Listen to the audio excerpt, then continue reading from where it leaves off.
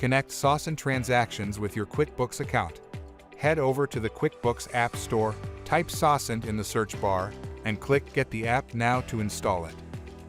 This application has an impressive 4.9 rating in the QuickBooks App Store, making it a trusted choice for many users. Once installed, click on New Import from the left side of the screen. Here, select the QuickBooks entity you want to upload. Now, it's time to upload your PDF file. Click the Browse button to select your file from your computer, or simply drag and drop it into the designated area. Remember, you can also upload other formats like XLS, XLSX, CSV, or IF. Let's talk about mapping. This step matches the fields in QuickBooks to those in your imported file. If your file has multiple sheets, make sure to select the correct one. Use the Preview Mapping feature to see how the fields will align.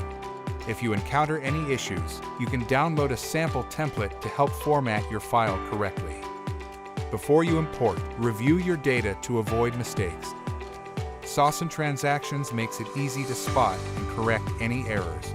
Everything looks good. Click Upload to import your PDF into QuickBooks Online. After a successful import, you'll see the uploaded transactions with their reference numbers. Click on the reference number to verify that the transaction has been uploaded correctly. If you encounter any issues, SaasAnt Transactions offers innovative error resolution tools to help you out. You can also use the Undo button to roll back if you change your mind. And that's it. You've successfully uploaded your PDF directly into QuickBooks without the hassle of conversion. If you found this video helpful, please give it a thumbs up and subscribe for more tips.